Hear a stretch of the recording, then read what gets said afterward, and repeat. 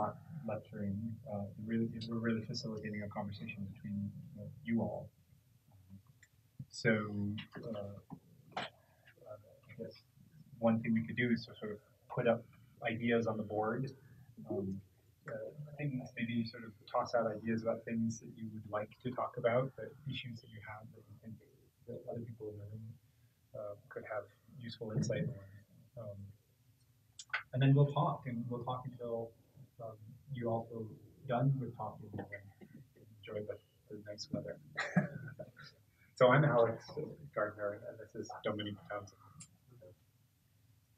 So are there particular issues or questions that you all know that you'd like to address? I took this morning's first final session. First thing I want to say is instant. Every single thing you said, I thought was completely right. I had no idea we were so close to not to mention and there were different opinions about it. And so that's the very first thing we need to resolve if we're working with somebody who feels very differently about how important that communication is to really know that you're speaking from the writer's view and very careful not changing your language. Everything you said, okay, not everybody completely agrees. How do you negotiate that as well? Oh, that's a great issue. Yeah, so. Use the mic. Oh. Oh. Okay. So that's a great. Is this working? Yes. Okay. So that's a great topic. So how do you negotiate and resolve, or do you need to resolve conflicts and differences of opinions and regarding intention? And seems like a central issue to address.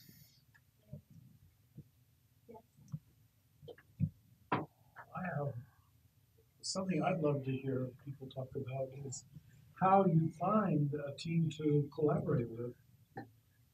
I've been translating all by myself now for years, and I see all these opportunities to like join the 84,000 or whatever, and I don't know how to actually build the bridge to find a team. Great. And, then you get into what you're going to actually do as a team. Right. But maybe that's part of finding it. And I'd really love to hear people talk about good and bad ways of finding, putting together teams. Great. Yes. I maybe it's discussion, but it's more like I'm curious from people, especially you're from the translation group is the Harmakara, and I've met and he speaks beautiful English. So I was wondering, my teacher also speaks English, and we collaborate with the long one. And I'm sort of curious, like, what people bring together, what questions to ask, or what to present, or how you and others just collaborating with the group.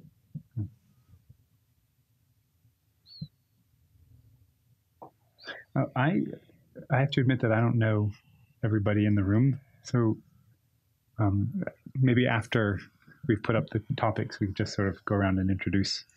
Sorry, you were about to.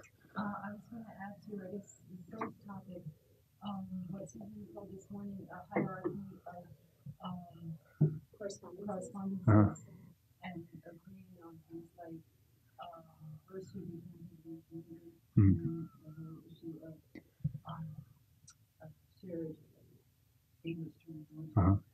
Yeah, that's a great point. So agreeing on the hierarchy of those levels. Yeah.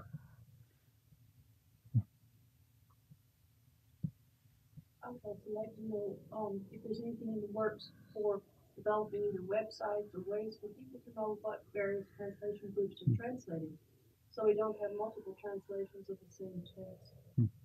Or where some groups maybe are looking for a campo or a geshe to work with, things like that. Is there anything in the works for some kind of bulletin board? That's a good idea. That's kind of connected to my question. Yeah.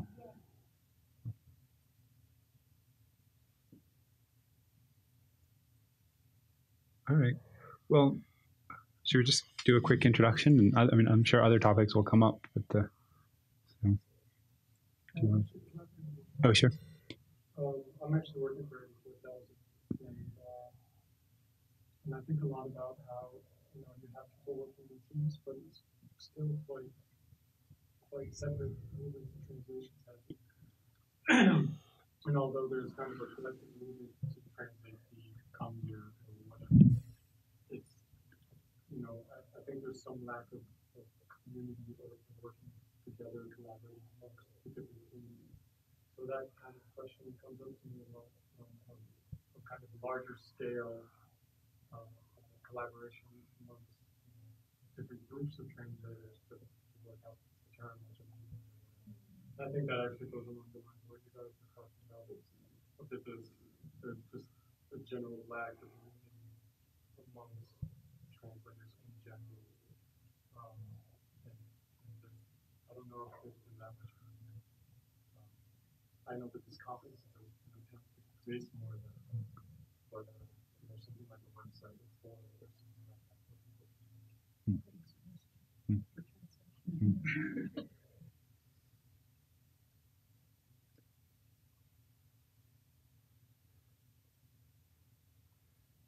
All right. Well, let's jump into it, but maybe we can just introduce ourselves before we. I'm Candy Abudi. I'm from Memphis, Tennessee. I'm part of the Meditation Center, and our publishing place which we call Jewel Books. And so we work with Kimberly Rinpoche. We do translation and text in Tibetan and from Tibetan into English, some liturgical translation. I'm Dara Jules, and I'm from Massachusetts, and I work with like teacher community and just do translation for practice tests for the service. I'm Tsadra from San Jose, California. I've been working mostly as a PCP with translators and Safia and teachers. I'm the one that fixing all the notes and correlates and executing the things. So I'm actually curious. The reason I'm here is to find out, like, I come to the software industry where all the collaboration is pretty much nailed down by now, for both in commercial and the open source code. All kinds of patterns that are in place. So I'm just curious to see what translators are doing. If they could be a benefit used based on the kind of forms of collaboration that we do in software and open source all the time. Yeah. I'm Chris Wilkinson, and I translate. I've got about 22 books out now. 7 of them are Sakya stuff, and the other 15 are Nyingma Gyubum stuff. And I started studying Tibetan under Dr. Wiley back in '72. So I'm one of the few surviving students of Wiley. And I do translate pretty much all by myself. And I'm okay with that. But I think like it'd be a good idea to know how to build bridges so that I could grow more as a person by connecting with other people. And I'd like to hear what other people have to say about their experience or like what we can do to build better bridges towards making teams. Thanks. I'm from wherever I lived the last, and that is included Gardner and Nepal and currently California, Massachusetts a bit, and Illinois. And I started studying Tibetan when I first went to Gardner right away in 1978, and studied where I had jazz, for real, with bridges, and when I had been able to speak in English well, I studied closely with them, and then I studied as a mile, so to speak, and he taught Tibetan, I learned Tibetan from essentially listening and teach, and singing the text into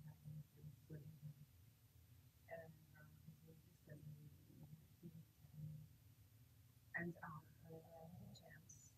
But so I translate when people ask me for something, and usually if there are people who are asking me to translate materials, so I do that on request.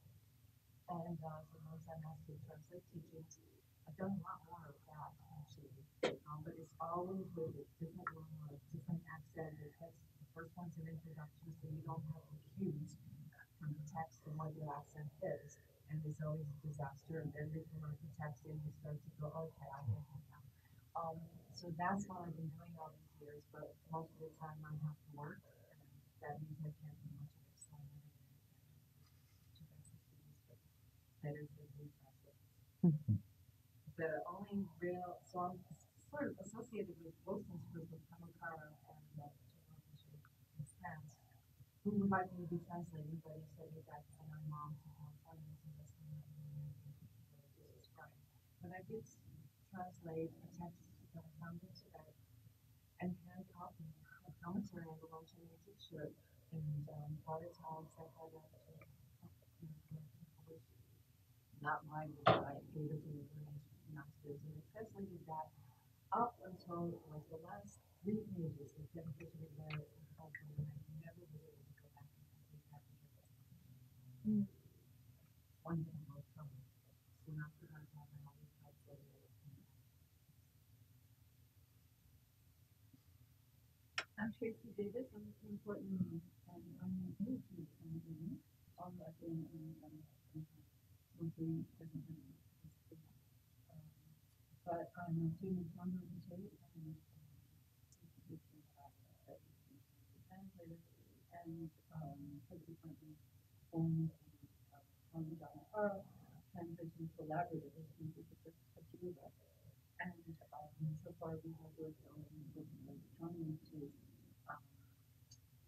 commentary concept, which has the commentaries have been translated by two principal interpreters of footnote, and the text retranslated and translated by the collaborators.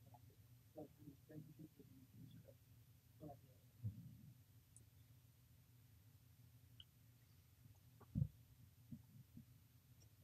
I'm Simon. I live in Townsend.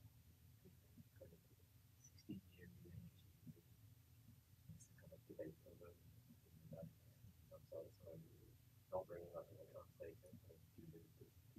My main reason is actually bringing tools such as debate into the Western world, which would also require a lot of translation work because of the complicated nature of it. I'm helping out a bit, but that's my kind of main interest. I haven't sat down and done a lot of translation work, but I'm more interested in that kind of translation of that lineage, if you like, into the Western space. We're still living in France. Worked with that company for a long time.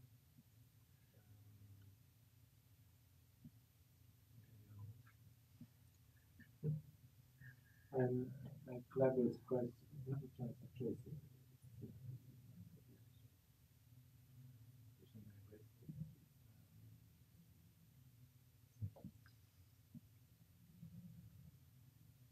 My name is Mike, and I worked with him for Townsend. It was actually 2 years ago. Kind of an aspiring translator, because I wanted to make some money. So I got lucky enough getting doing some coding for Townsend and copying and helping run kind of the publication phase, the whole process. That's the translator, we're publishing everything online for free. So it's quite a process that goes in, and I'm interested in that, of course, but then also really interested in the kind of the possibilities that are available now because of technology, and the opportunities to collaborate, and to use the software and whatever to help the whole translation process.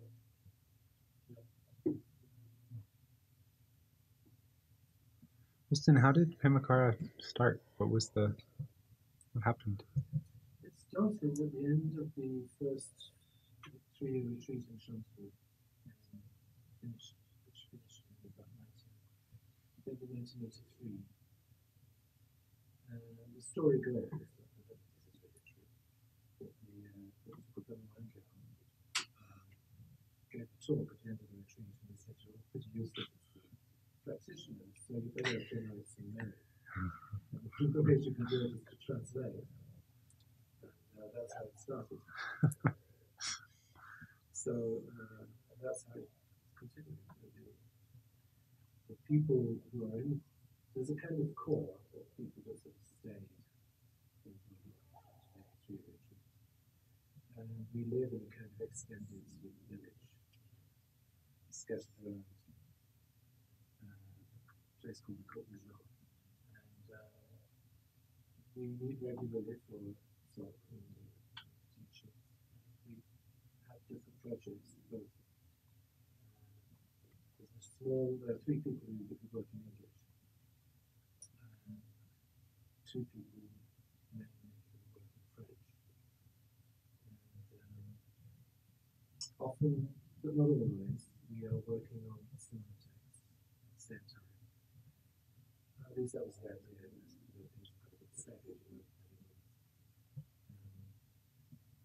How quickly we would finish them. There's a lot of translation of prayers and ritual texts for the retreats. And then over the years, we've had kind of teaching seminars from various levels for shorter texts. Like something kids when she came 12 years ago and taught junior kids. So that's such a movement, a translation project. And more recently, we've had teachings from Gardner, who is one of the founding lamas of that monastery.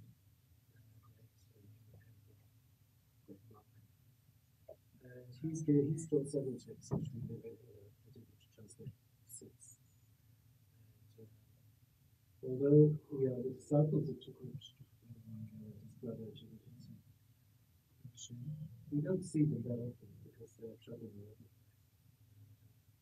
So we don't get to consult them as often as we would like.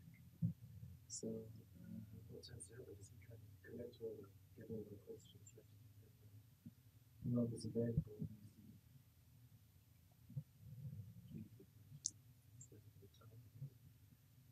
actually, more recently, it's become easy because Kemper from the show has come to live with it. At least he thinks so. And he's been here for quite a lot of months already. And he seems to be happy to stay. So we have a problem of aging.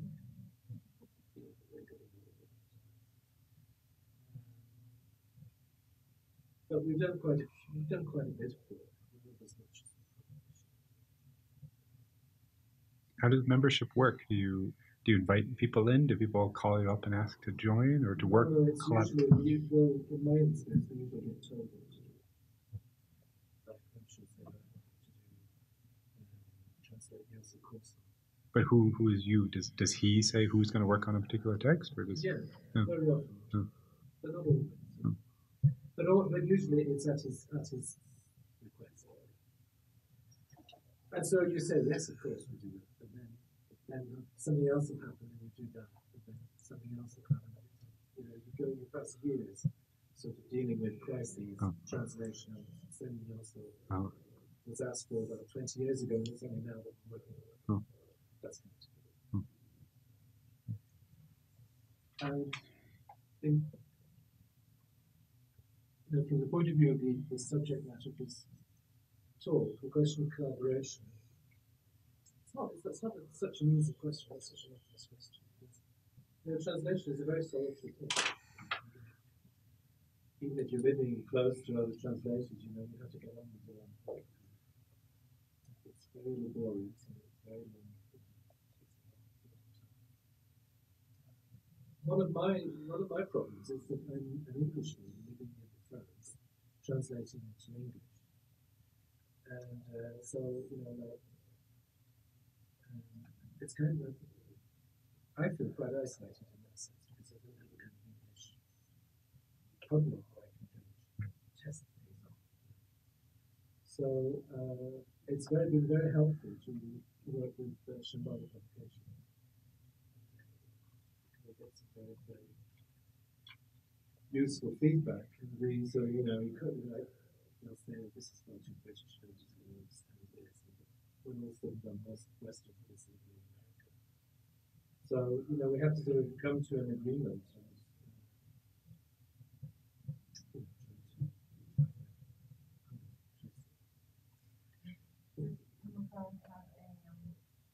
Decision basically on which English they want to use, British or American? Well, I think the idea is since we're British, we use British English. But when it sort of goes through the sieve of the Shambhala publications editorial process, so the things that are too weird get kind of Internationalized, what I guess you would say, so that it can be local into any particular. I mean, if it's not too extreme, so it's still too easy. What gives a good example? Like the British will say you will do a revision of something. In America we say review. If you say a revision, Americans won't understand. So those are the things we think. Yeah, well, that's the value of working with Shambhala. But when you say we, my understanding of how collaborator works is that it's actually an individual who does the text. And I only work closely with some of it. But other than that, don't you all really work as individuals? I mean, so how do you relate to one another except in group? What does it mean to you? Well, I suppose we're a group in the sense we're all ambitious disciples. And we're doing this kind of project. It's true that we have had experiments working as a committee, but it's very, very time consuming. Very, very slow. What were those experiments? This is what I really Well, like we had a kind of, we had a prayer book. And so we thought that we'd do a revision of this, and if these are things we can look back at the beginning. So we had a kind of group of people sort of going through this. But if you have sort of 4 or 5 people talking about the text, they just spend the whole day talking about the text. They don't actually do anything. So the thing is, in the end, although it started out as a committee, in the end, different sections were formed out to different individuals. We can't get past the fact that it's only one person who's actually at a time. One person at a time. Do you have like a style or vocabulary that you all so it's not like your doesn't say use this word or this word. No. I think standardized vocabulary. It sounds wonderful, and it might eventually happen. But in my view, it's too soon. We need a lot of time. And it's actually more and more ideas. It's actually useful. And it's also, it says too late. It's both too soon and too late. That certain things have become, there are certain phrases, I can't think of anything. Sorry? And then an example of this one. Because for a long time, people have misunderstood the word. So when you know what is later about, after really understanding it from the social is,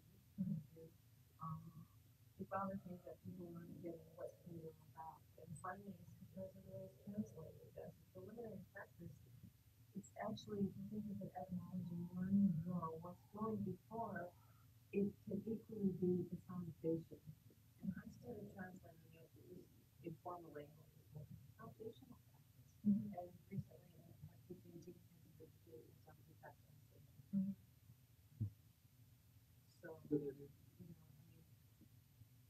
makes better what it is. No, I think it's an And improvement. it's equally literal. Yeah, but I think that it gets tricky there, though, don't you think? Because people think they know what, when they see preliminary, they know that means Mundo. Right. Even if they don't really understand what Mundo is, they know that this word means that word, or that this word means this. And then About letting those assumptions become part of the language. exactly. This is what the study of the ground Yes, yes. But I want to ask you also to get back to what you're talking about with the group. Because Kamikara is also responsible for part of the transit, which is the collection of, because I've also been on to project part of the project too, which I never was actually able to sit down and begin. As I told you, yeah. But that's that's collaborative. But they're not doing the same things. Yeah, I mean, but that is the decision making person. That's the way they decide to work. Right. Yeah, I'm committed to that. I think, yeah, and I think that there's also another dimension, which is that Kamikara translations get retranslated into other languages. Like, the words like a teacher. Translated to French, Russian, Dutch, German. Most recently, I was in Italian. So there is a kind of collaboration at that level, because the person was actually, everybody's in Kamikara, so to speak. It's not a social group. So, by trying to correct a project but they don't necessarily live. But what has happened there is you found, it was first translated into French, and then shortly after it was an English translation, and then a Spanish translation. And the Spanish translator compared the English and French, and also spoken. And she found lots and lots of places where there were disagreements between French and English. So that led to a lot of questions and clarifications. And so in the end, it was the Spanish translation that was the most up to date. Now the Italian translation consulted Spanish, French, English, and again there were more clarifications made. So it's kind of collaborative in that sense too. The English was updated, of course. To prove to actually went through it. But that's one of the things I mentioned this earlier. It's an active process. It's not just hopefully constantly improving. It seems that they were wanting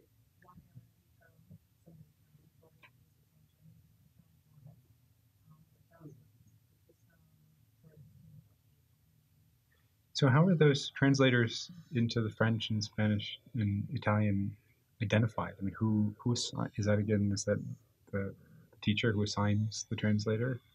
Yeah, or goes to the office to do it. Offers to do it. And is that person? It's under the auspices of Pimikara? Yeah. I mean, Pimikara keeps the translation rights. All right. So Pimikara is a legal entity. Yes. So yeah. And so that's one of the agreements with Chambon. When we give the text, Chambon has a distribution rights. But we keep the translation rights. And so when somebody says, I want to translate this into Polish, then if we try to find out something about the person, there's nobody who can actually test it. I mean, Helena could a little bit of a check. So we try to get people who want to do the job. So I guess I'm still curious about membership. So who is a member of the legal entity of Pimikara? And how does one become a member? Is it the original members are still there, or have people come in and left and invited to join or assigned or? But that's a question you probably ought to ask John. What's John's supposed to do? Nobody knows. I think it's very, very nebulous and vague, and I think that's how much he likes to keep it. He doesn't like it to be too. So in a way, you can get lots and lots of people who've done work with that. Interesting.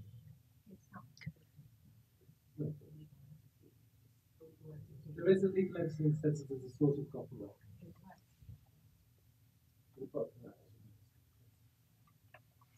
But the thing about the 84,000, you're kind of put that in kind of contingent in your own process. It's not really effective. Is it's not effective, it's not yet. 84,000 though is not a group, right? Sorry, go. If Paymakara owns the books, then how do you get compensated for all your time and effort? You don't. You don't. They're all volunteers. Rinpoche has always said that we didn't want people to live for the purposes of translation. Because it's considered that you should the idea of selling books is already out. But in fact we do sell it, because the company costs it printing and publishing. But he doesn't get any proceeds of it that he used for publishing.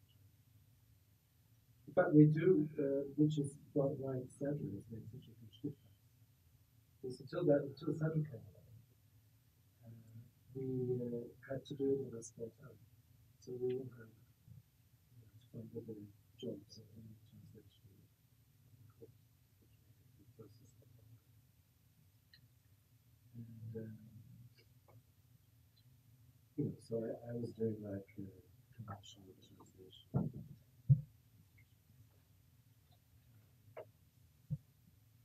That's how it worked out. And that's educating me for the first time. We were able to develop a company.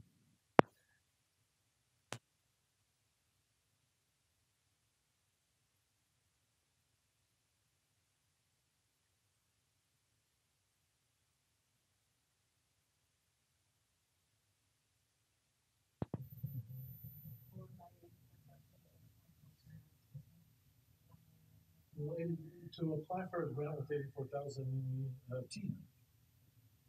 Yeah, is that true? Yeah, how does 84,000 work as a? Yeah, I think so. I think You need a llama and an editor, and then somebody who knows how to do grant writing. Well, why didn't you make contact with John Cantor? I mean, he was suddenly pointing in that direction. I'm sorry to say that John is supposed to be here, but he's taken on. He's the editorial chair, which he has quite a lot to say about, I think, about recruiting. You could also talk with Andreas about that. Oh yeah, no, I've been in touch with Andreas for years. So 84,000. That's also it's a collaborative translation. Is it several people working on the same translation, or is it mutual? They're distinct jobs. The whole conjure. Right. But if one particular sutra is translated by a group of people, I download their application once or twice a year. It comes out. They have a new cycle that they do, but they want teams, and that's kind of why I came to this workshop. And I thought, well, how are people making?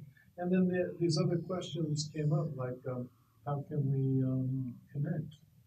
Like maybe we could use a bulletin board, or like, hey, if you can write the code, why not create like a space that we could become like members and like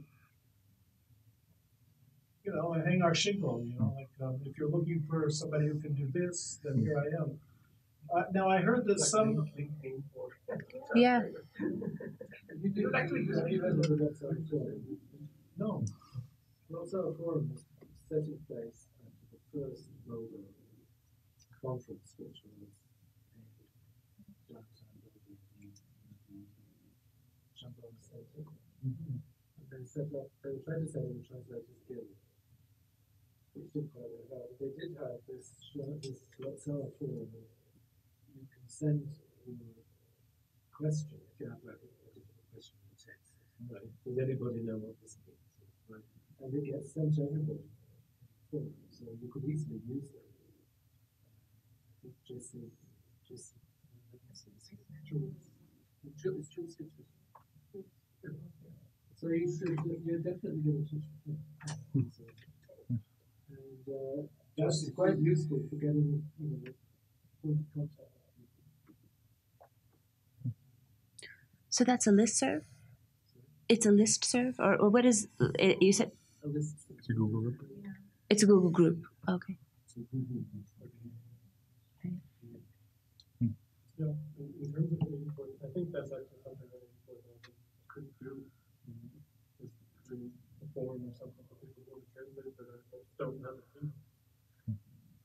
I actually wrote to Jimri like 2-3 years ago saying like, why don't they do that? She never responded.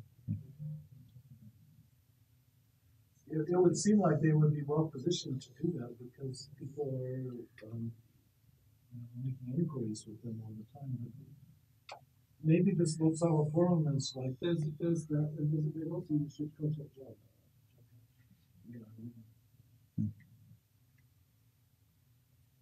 So let's talk to John about it. So when I first was joined and was working with John to go through the application process, I had to do this.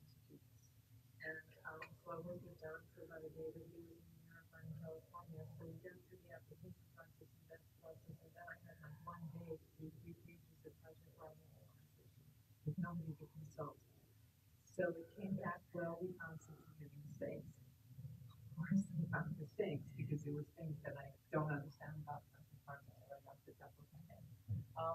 Then Here My Georgia sent back his version of that rendition. And so I looked at the places that I didn't know and I saw, he knows this project for me, but the rest of it, just okay, it just goes into Here My Georgia in English. But others said, well, there's not too many mistakes, and so to word that he said, Jonathan, I would have to translate for 84,000 and he would take responsibility of that would be fine if they get through whatever things I have to do with German and others, on the translation that I understand. So, in the end, I had no time to actually do the work and start the contact with John. And I believe he's forgotten. And Steve Goodman said to me, look, us past 3 years owners, admission, application process with 84,000, which is true, because they do see some quality control. So it's not an easy process to work with 84,000, to sum it up, because with every other language translation group, people have way more to do than we can do with mine. So I think maybe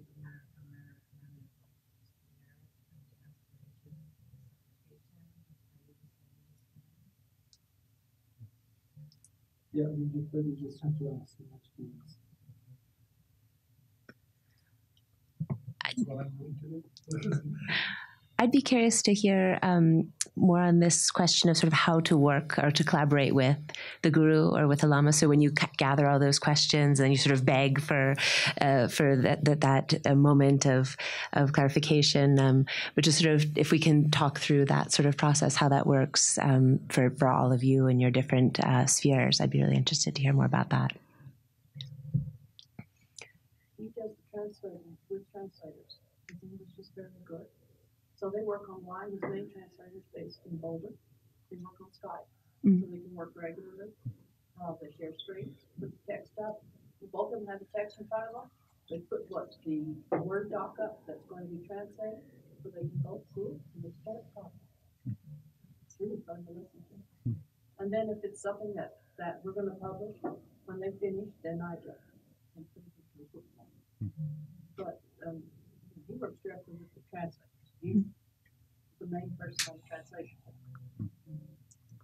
But I know he is a well-trained CAPO and has very good English. And sometimes I think there must be be translation groups that would just love to ask someone a question and be able to get an answer. And, you know, I know that sometimes he's available, and that he's been used a few times by other translators. But sometimes I feel like he's underutilized. And he's in America. He's here. I wonder if he feels underutilized. Probably allow my translations to occur. Yes, and they yeah. be correct. Yes, yeah, sure. Sure. Temple, Gawang, G-A-W-A-N-G.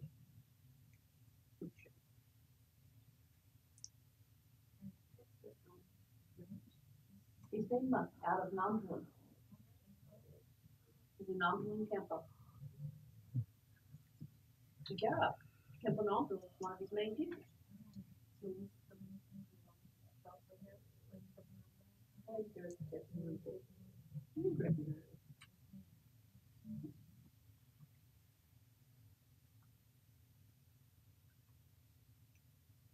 So, when I worked with local language, so that they were turning up in Kensington, so it was like it was me and Kurt, and then a group of other people. It was basically like a formal translation.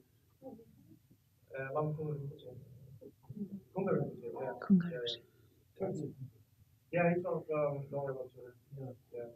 So basically what happened was that Kurt was like the lead translator. I was the kind of assistant translator, and we worked with Lampunga, and he was kind of presenting it. But he knows the topics really like Lampunga or yes, he speaks English, but he couldn't find the right words. And then we kicked in and kind of like read or something. And then there was a group of other people that kind of followed along. And they were like listening in, it's like teaching basically. So they could ask some questions and then he got clarification pretty fast. So it worked really well. He got to very complicated text really fast. It was a combination of like the Lama, the lead translator, the did some preparation work, kind of assistant translator. Kind of took all the notes and kind of clarified things and other things up in the dictionary in a hurry. And then a group of students that were asking questions. One section. And you were all in the room together? Yeah, once a week. Yeah. Right.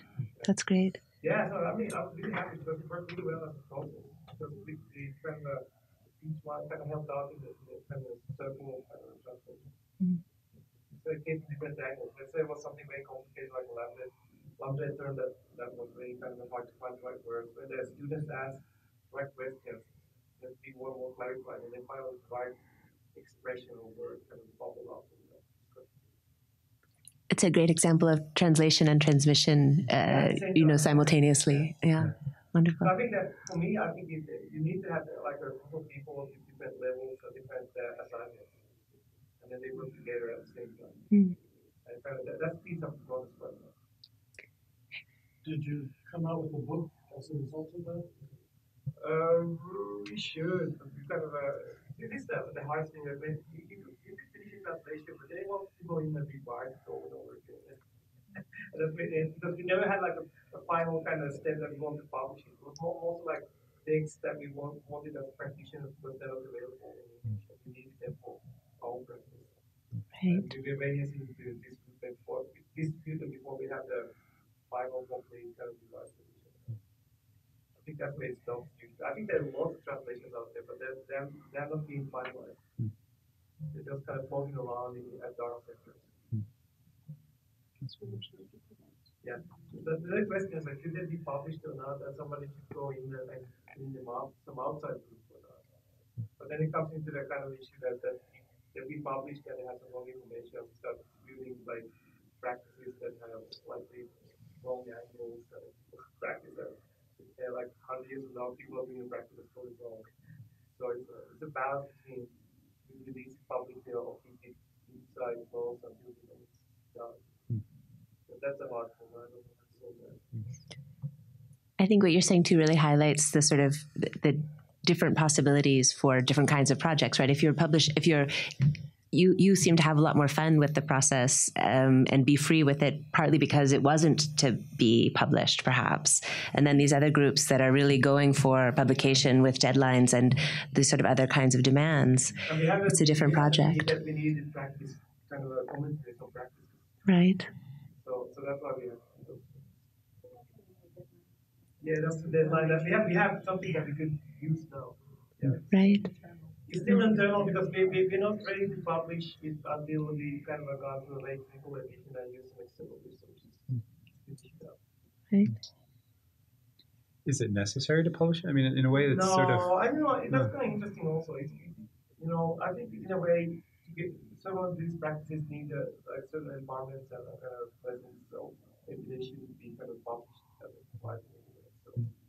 But traditionally, like most monasteries have their own liturgies, so every Dharma group has its own version of its own English translation, or. And there could be a cycle of edition within that Dharma group or central tradition. It could be refined or That's interesting. I know we just finished a text, and in that text there are all these lists of these very long sadhanas and various liturgies, none of which, as far as I know, from looking online, have been published.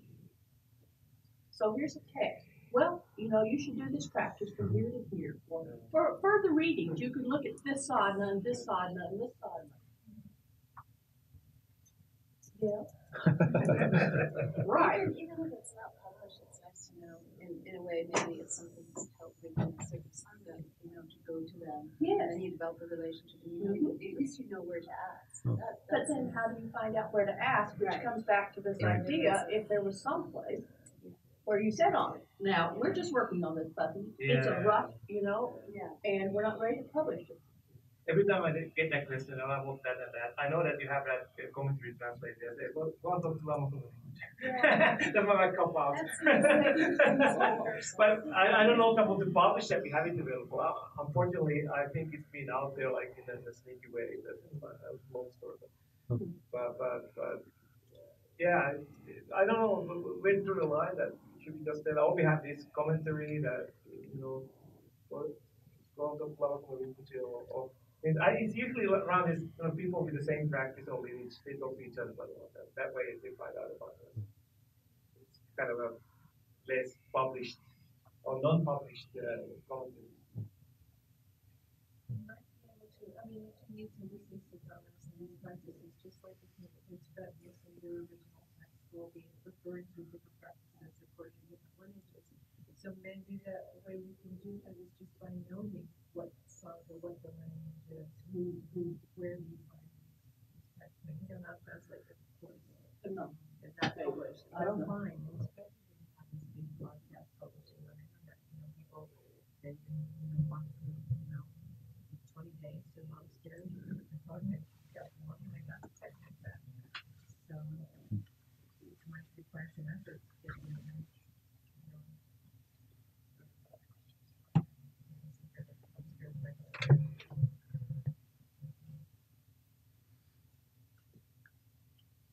A note that says, your teacher needs to talk to my teacher.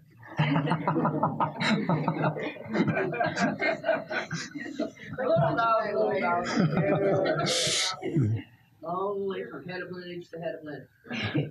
It sounds to me as if people, like many people, are interested in this idea of resources for better communication between groups and for understanding what different groups are working on, and also this sort of question of making your own skills sort of known and available.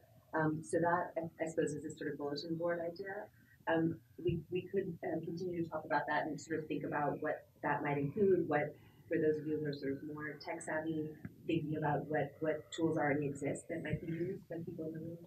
And then the other one I think we haven't really touched on that we might want to turn to as well is this idea of establishing hierarchies of correspondence, and whether that's something that, even beyond the sort of core group of people who are collaborating together, whether that's something that it's useful to sort of articulate together, right? To think about how do we, maybe some of these are even unconscious for some of us, or, to what extent are we really explicit and clear about what kind of hierarchies there are. But do people have a strong sense of one or the other? You'd like to turn to this idea of thinking about priorities and hierarchies of correspondence, or thinking more about the sort of technical question of how to better communicate and use the online resources that we have to understand what people are doing. Ashby, I wanted to ask Alex about your vision for Mhm. How did you set that up? How does it work? Well, it's not translation, so it's all original work. But it was an idea that Don Rubin had years ago. The origin story of that is that Don was in the museum. Donald Rubin was in the Rubin Museum, giving a tour to a bunch of monks from Tibetans, and he asked, "Who is this guy?" And the monks didn't know, because I mean, you can't know everybody, and he thought that was unfortunate, and he chided them for it. And so he turned to Mathieu Ricard, who was friends with Mathieu Ricard, and said, "I want a website that gives all that information out there so that people have it." So Mathieu and Vivian Kurz developed it originally. And they did a whole history of the Nyingma school, all the Nyingma teachings, all the Nyingma deities, and then as a central part of that, all the Nyingma lamas. And then they sort of created that proof of concept and said, "Okay, we're done." And I came in and I extracted that core of teachers because I thought that's not out there. That's a pan Tibetan historical survey of people. It doesn't exist, and all the intricate connections between, I mean, we have this fantasy that there's the Nyingma and there's the Kagyu and it just doesn't hold up to historical analysis, right? So then I developed that. And we, from the very beginning, Mathieu and Vivian were very smart in making sure that it was collaborative, that it wasn't just one person writing all of these things. So I continued with that and make sure that every scholar and everyone who can write, everyone who can do research is invited to, everyone who can read Tibetan and engage with the primary sources as well as secondary sources is invited to write biographies. So we have sort of a general tone, but it's definitely the work of many authors. This is the Treasury of Lives. It's a website. I really like, by the way, it's like cross-link, because usually BBRC or what's going on is that one. Yeah. We start putting them into big publishing also. Ah. So like, Oh yeah. there's all kind of cross-links. That's wonderful. You always go to the next place. Yeah. Yes. Yeah. I think there's a lot of information out there that sometimes it's. So that way people find the site. Yeah. Wherever they come from. Yeah. Thanks. So people just write to you and they send an SMS. Yeah, I get emails every week from a graduate. I mean, I wish there was every week. I wish it was every day, from graduate students or I see a new book out, like Jose will come out with a new book, and the introduction, to the study of somebody will be a biography, and I'll say, can I extract that biography? And so we do that. We've taken chapters from books, and we've taken. And then we always link to the original source. We say this is, adapted from. So we're, because if there's already a lengthy biography of somebody, like Irmgard Mengele wrote this very long biography of the 10th Karmapa for a catalog for the Rubin Museum. So we took that chapter, we adapted it, and we then linked to it. So, but yeah, copyright. It's copyright to the author. The site is copyright to us, but because we recognize that people might want to use the material again. I mean, that was a question Dan Martin had very early on. He says, I want to write this material, but I might incorporate some of it into a different publication. And we said, well, then maybe you probably should keep the copyright for it. So. Yeah, and then we were doing peer review, and we strive to do peer review, because a lot of our European authors have they get sort of institutional credit that they need to do year to year to get for publications. And then more and more graduate students and young academics in North America are also sort of benefiting from that. I mean, it's sort of, you can add, if it's peer reviewed, you can add it to your list of publications. for instance, and that's a service situation. Yeah, and I would love to be able to provide stipends. I mean, obviously, this is, takes time and effort, and it's valuable work. But we don't have the money for that. So right now it's unpaid labor. It was, for the first 10 years or so, it was a project of the Rubin Foundation. And then last year we spun off. We're independent now. So, yeah. So we have the to provide, even if it's not translated. Yeah, we don't want translations. We want original compositions. Yeah. Yeah. Yeah, I really loved what Don Lopez said when he was starting up when he did the translations of Religions of Tibetan Practice, and he put out the email, what do you have in your hard drive? I mean, that's what I really want. I mean, it's, people work on this vast corpus of texts, and they research, Mindraling and Theravada Lingpa and all the things he did. And well, as you do this, you get a sense of who this person is. Right, I'm putting Dominique on the spot because I never did that. Owes me a biography. You get a sense of who these people are, and also you're jotting things down, and you know the material. So that's the ideal is the scholar or the translator who's really engaged with this person's works, activities, and create a biography. Sort of naturally arises out of that in time sometimes. I like the way how you added in the history done. Me too. Yeah. Lineages. Yeah. It was really beautiful. Yeah. And clans even. Browse, Yeah. You go to that one, see who was Yeah. Yeah. Yeah. Uh-huh. Was like, I talked to him about it afterwards. He said it was one of the very first things he ever did. And while I was reading, I'm thinking, wow, where is the maps?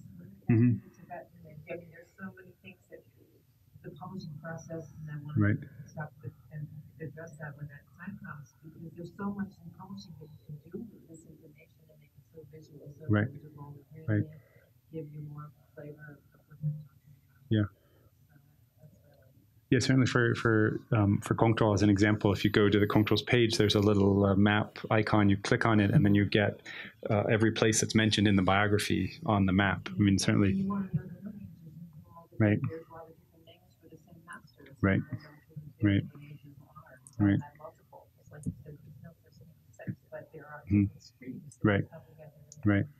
And it's fascinating to chart them. And as we're gathering more data, you can see how these interweave with each other. We're talking about how to display that even more. So, yeah.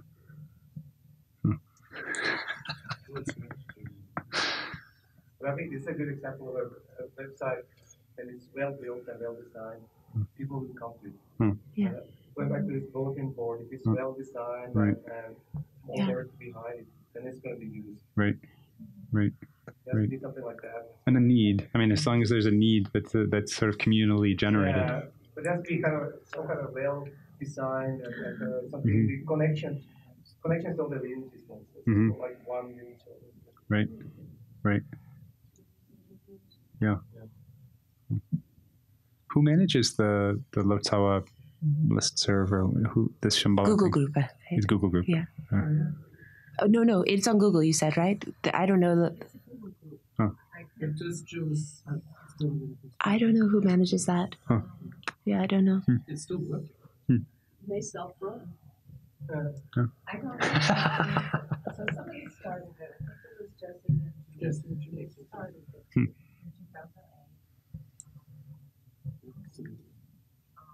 Maybe that's something Tsadra could look at. Yes. Pretty valuable. I never really use it. I just like to see email until I'm in a teaching where suddenly I didn't have the text the teacher was using. And once your return came up with it that night. Mm-hmm. So how many emails a week? Is it like active or like? Sometimes it's overactive and you can just delete, and sometimes it's nothing. I did, and I hardly ever go on there. That's kind of what's interesting with this conversation, feeling like it's like I'm not well known, I'm not doing anything, and I feel very like unconfident about what I have to offer, and so I feel a little bit intimidated by all the great translators, and I feel also that they, a lot of people who are like really into their craft don't know what other people can do. So I don't like to speak down on it too much, but this time it's like, okay, this one is teaching this. And my text isn't matching his. So instead of asking him to wait a few minutes or repeat those lines so I can find it because they're out of order, then I went on there, I had an inspiration and I'll ask and I put it up there. So let's get me this text tonight because I looked at 2 different translations that didn't match anything and found some potential versions. And first Sean answered with one, and then Machu came on and he says, "Oh, that's not it, but here's one that should match." And sure enough, I showed it to the one, and he was thrilled. He said, "Actually, this is better because mine are then copying it." He took my laptop and he went ahead and translated it where I wasn't out of anyway. How long did it take you? It was a 2-day teaching on the versions of, But how long did it take for you to get this? it was like a few hours. So I was up until midnight. That's pretty good. Wow. But yeah, it was. It really happened fast. I guess people come to work tonight and the ones who know you are like, "Man, California time." And they were in Asia, so it worked out. It's a good example, actually, collaboration through email. Yeah. These are certain texts that I'm sure somebody knows about it. If you have a large enough group of email, people on that email. Yes, I'm just trying to find the list to tell you what he wrote there.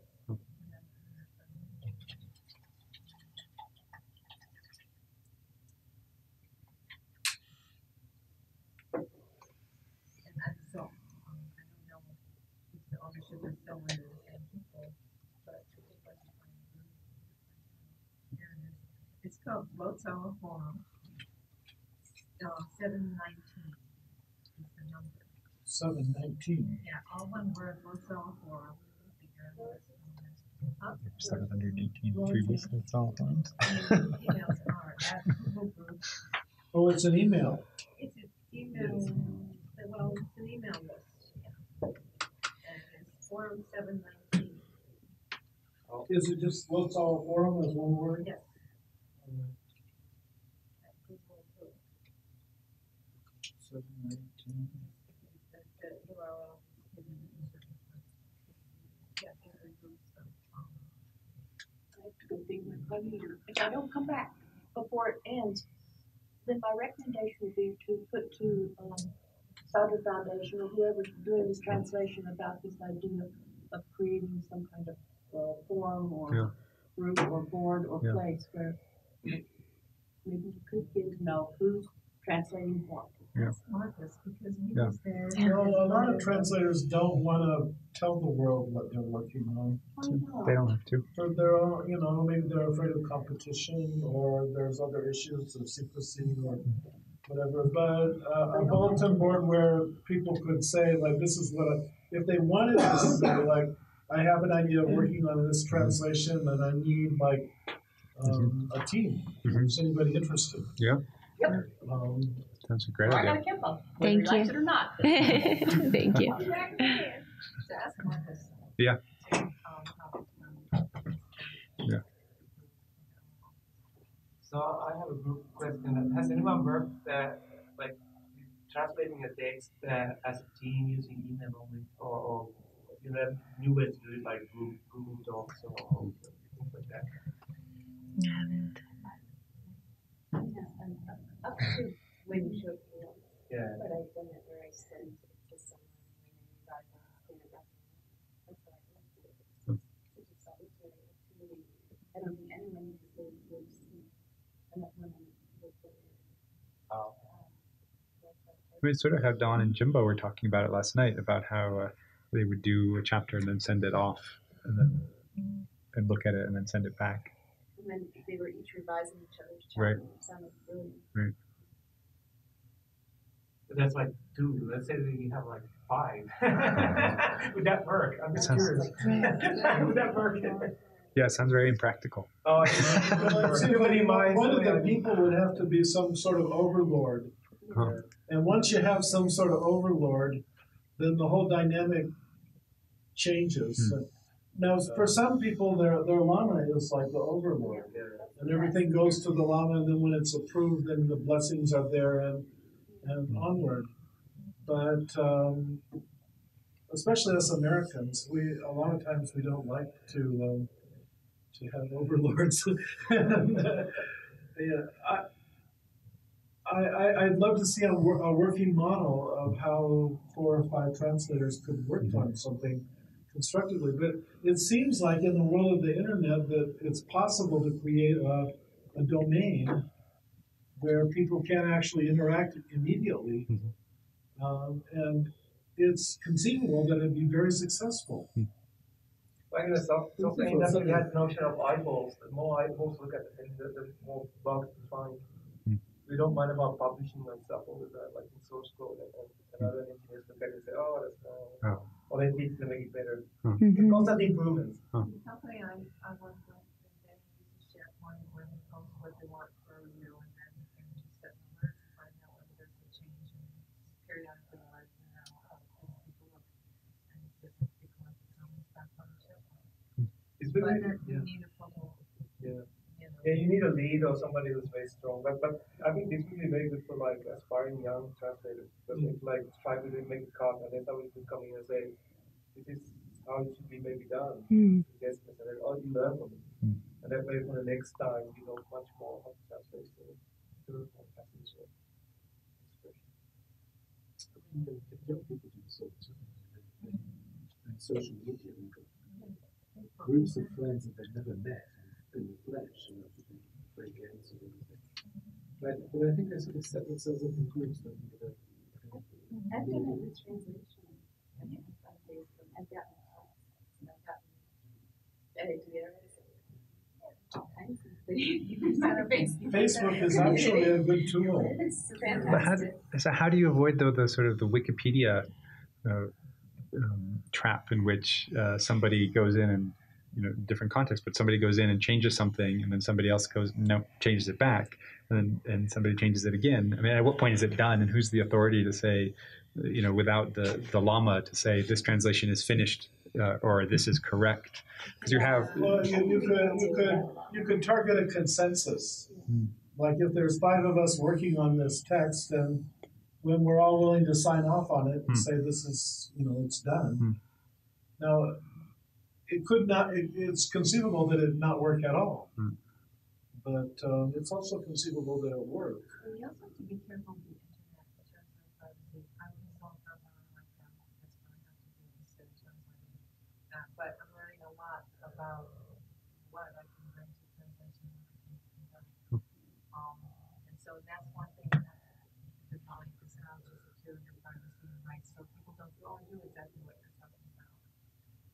But you have, going back to this hierarchies, you can have like levels of hierarchies. So you have usually one head leader or like a translator leader that signs off. So it's not checked into the final version until that person says it's okay. And then if they have revisions, they always go to that lead person again and say, oh, we need to check that. And he looks and say, yeah, it makes sense. Right. But then again, the question is that maybe that lead could do all the whole translation anyway. So. Where you have a situation like Don and Jumpa we're talking about, in which Jumpa wants to be a little more loose and a little more fluent in the English, and Don wanted to be a little more faithful to the Tibetan. And so as a pair, the two of them had to decide. No, Don said, I had it last.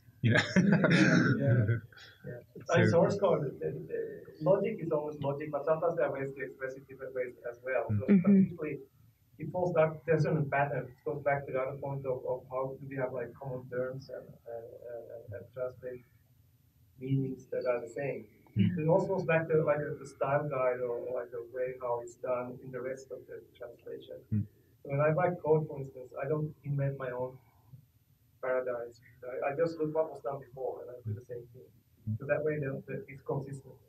Yeah, but the translation that goes back to some of a number of the questions we've been talking about, because first of all, we have different views of whether or not we want to have it, or exactly understand the meaning or not. For example, there's so many nuances of vocabulary. And recently, I'm pretty fluent in French, but I ended up hiring a tutor to try to expand my vocabulary, because I realized that I'm always trying to find the same words for the same things, and you need to have more comprehension, like we've already talked about today. And people will have different opinions on that. You can't fix a sound back to Tibetan, and it depends on the text, depends on the language, depends on a lot of things. Although a style guide like Jimbo was talking about Strunk and White last night. I did that in the trash. I'm a senior editor and writer. Oh, really? I threw it in the trash. Oh, well, I was going to say, so many people do love it, though, and that's just two people's perspective. That has for many years occupied this place of authority in thinking about what's good English, what's good English style writing. So I don't know whether... Yeah, it was a staff that I was given when I began. And then I became senior editor, and I said, okay, I should have this book. And then I sat down and read it, and I went, oops, here it goes. Right. It's not relevant at all. Right. So I'm saying, maybe it would be interesting to have something like that for all of Tibetan. us. Yeah, for Tibetan. Do you know Richard Knowles' writer's manual? No. Oh, this one? Oh, yeah. A writer's manual? Yes. I think it's the name. He's dead now. He died not so long ago, but he was Harvard professor of English and creative writing. And he wrote two magnificent biographies. One is a writer, and anyway, he wrote this guide for students having to write theses, papers, and things. A writer's manual. Yes. Sure.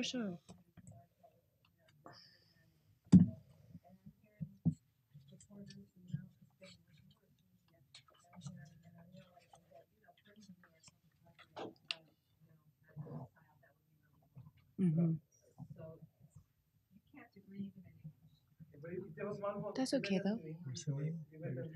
A manual, a writer's manual. I didn't get. What was that? There was one standard for translating Tibetan to English. I was quite mistaken. Yeah, well, that's what I was saying. Is that maybe, and we already recognize that there are so many, even for for English, there are so many, right? And yet they're useful. You could use it and disagree with it, but I don't know. I agree for a style guide, right? To think about style, yeah. But it could be also depending on the style of what translation like there's like debate. Sure. Dzogchen. The commentaries or Yes. or commentaries on text.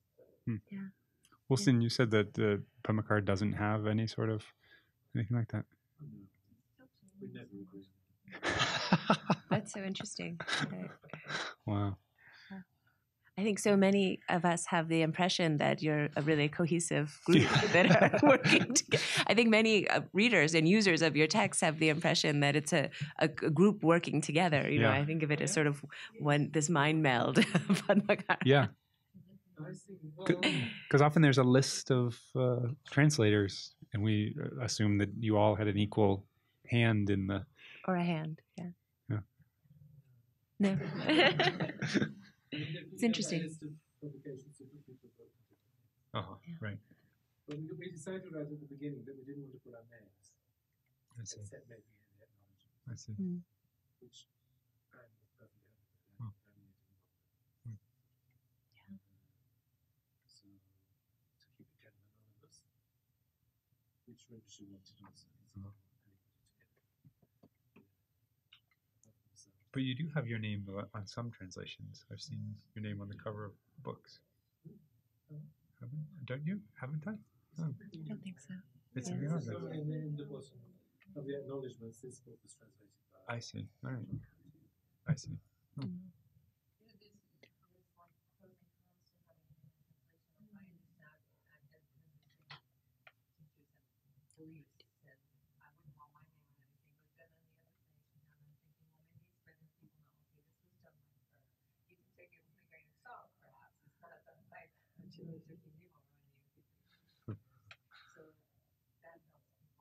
I agree. Yeah, I mean, on the one hand, there is the danger of developing pride, but also responsibility. Yeah. Yeah, Yeah, Tipton Jimpa's comment this morning about people want to read Tsongkhapa, not Tipton Jimpa, but actually, I want to read Tipton Jimpa's name on the translation. Not Fred Smith from. Exactly. It's not Tsongkhapa, it's in English. Right. Right. And the Tibetan texts have that name to translate it. So The colophon, yeah. The colophons, most of the translators, they did try to put that in the colophon. Yeah. But you notice they give the name of the person, sometimes a place, but you don't get a biography of the translator in the text. You know, there may be a biography of the translator, but it's not going to be in the colophon. Right. Well, that kind of Generally. goes to the idea that he has in the acknowledgement that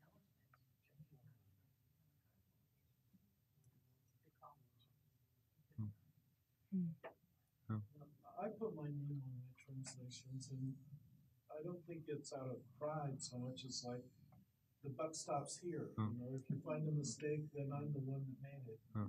Or if it's not reading right, then you'll be, you know, these things spread out. You know, especially like sadhanas and so on over the years, they appear anywhere. And you know, it's nice when somebody does have a question, they can send an email. Yeah. What's this about? And it's, there's a sense of responsibility, and I think that's good. In the company I've been working for, I can slow down now in technology, we've been getting complaints about the translations. It's a great Asian anthology. It's not too bad. So do you see English?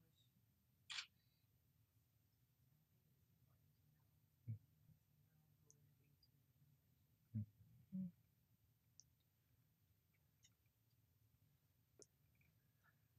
Are there any final topics that we'd like to touch on, or any of the questions we didn't really get into talking about some of these points? I don't understand what a hierarchy of correspondence is. Oh, right, yeah. So, correspondence to me is like an epistle. right. So, you brought up the course. What did you understand from that? Or yeah. What you prioritize in your translation, like for instance, if it's in verse, does it need to be in verse? And is that more important than the tone? Is that more important than the Sort of all the decision points in a particular. So the correspondences are. So that's a style. That's a style. Tibetan correspondence. That goes back to the style. On what basis? Right. And when? That's what I understood. And you might make the verse might be more important than meaning, and so you prioritize that, and so that's your hierarchy. Whereas another translator of the same text might have different, different hierarchies. Now I understand. Yeah. So where the Tibetan and the English meet, right, and you can put certain of those above others. The correspondence between the original text and the translation. That's right. Yeah. It's a great idea. Great metaphor. And to I guess again just to sort of think about whether we make that explicit for ourselves as we're translating, that we know, in this case, you know, the form, the verse is, say the meter is really important here. Maybe that's very rare that happens for us as translators, but or that here it's just absolutely most important that the meaning be crystal clear, and I'm going to sacrifice the poetic tone of the original. But to, I guess, which she seemed to be, Susan Basnet was suggesting, I think, was that, I guess I thought anyway, that she was suggesting that we could make that, do that very sort of actively, you know, and deliberately to sort of say, in this case, these are going to be my priorities, right? And whether those are shared is, I guess, a question for groups that are working together, to what extent we're working together. I wonder if anybody here does translations that are to be practiced in English, because then you're talking about things like meter. Yeah, certainly people do. Yeah, I think everyone does, right? Oh, you don't? I was wondering if some people at some groups actually do practices in English and translate practices that are meant to be recited in English. The hardest thing is recited in the meter with English. Well, it could be in meter or however. I've heard some Tsadras translate English sounds more like a flat chant. I mean, depending on the, you know. Yeah, the singing part is hard to make it do Some something. people Discussions with John and others it's also concerned for J students. Yes, they do everything in English. So I've been doing stuff with them in English for years now. I've been doing, since I met the Dharma, and I wasn't born speaking Tibetan, but I could sit through puja from morning to night, from my first puja, without having any translation or even, anything about it. These pujas that we're doing in English finally saw myself wondering when it's going to be over. And then that was the sign that it's not working. And while I was actually thinking and saying this, it was also Katia, which I came out on the phone saying, it's not working. And it isn't working because some people are worse. Some people simply worse. Reading out loud, but I realized, what we're doing is we're reading the whole commentary. So we did the whole group in English. It was like just reading a commentary. Who wants to read a commentary out loud in English every day? And can you really feel that's practice? Is it doing the same thing that it did to sit in the puja in Shantalu morning to night before you knew anything about Tibet and do practices in Tibet? They're not the same. You don't get the same experience. And they sing, they don't talk, they sing. So finally I came up with an idea. Okay, in Bodhicharyavatara, we recite sometimes verses in Tibetan of Bodhicharyavatara that came from the Sanskrit. So I once had the fortune to try to translate that in teaching, to interpret the Bodhicharyavatara for about half of it. And it's extremely difficult. It's such a tongue twister, every single line, everything, every single verse. But it's metrical. It corresponds Sanskrit to Tibetan, Sanskrit to Tibetan, syllable by syllable, and somehow the translators didn't. We need to do that with from Tibetan to English, so that if you're not writing a commentary, you're giving a root verse or corresponding to verse. Maybe you can add a couple of syllables in the Tibetan verse to make things work out in terms of the meaning. Very short words. Not only yes, and then you can give them the commentary, the line that's explaining that particular verse underneath, perhaps even, or just let them on the side. But people have to do their own work too if they want to practice properly and chant it. But at the same time, I realized you can even do it in multiple languages at the same time. You can have Tibetan, English, French, Spanish, all doing it in their own language if you're doing it syllable by syllable. Very, very short words. Yeah. You don't need to rhyme. And then, just indicate what's the subject, and then the commentary. That's what you get from reading Tibet. I know a nun friend, she made a beautiful version of it to the one in English that you sing. Oh, yeah. It was really well, but very short words. You have to have something like that. The chant is very different than I think you also need to, if you want to respect the tradition, you need to keep the melody because it's also a translation. Yes, some people fight against that one, but okay, let's start with what we can do, and then let's let it evolve over a few hundred years, perhaps like we get into that. We can start with the chant that we have. Not everybody does, so where that's going to go, but it's coming. I have a friend in Downtown who likes to translate verse into metered verse in English, and he did Downtown was present when origination. He used to teach 10-day retreats on it and then kind of thrash it out together, and it was complicated because words had to get sucked into lines below it, and then for non-native speakers that was actually quite difficult to understand. But there was, I think he managed to keep. He likes to translate in verse if he can. They had this kind of the students, be going at it for days. It would have a kind of power. While studying it. That's why you have the commentaries and the teachings. You don't understand anything without right off the bat. And it was used for memorization. I mean, that's why Yeah. we get all these things. Exactly. For quick memorization. Yeah. We don't have that kind of tradition in the world order.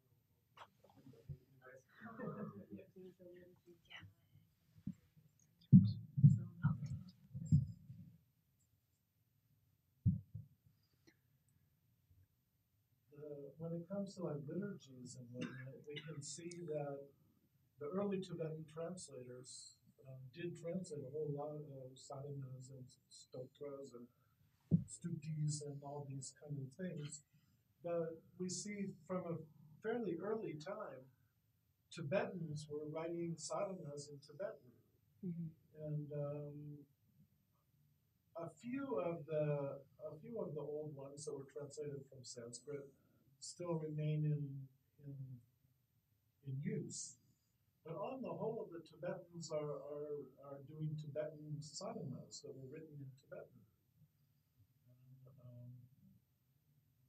In English, we don't have the kind of people yet, or maybe we're starting to, But we don't have those poets, those realized poets who can sit down and write a sadhana in English right now. But it's probably starting to happen.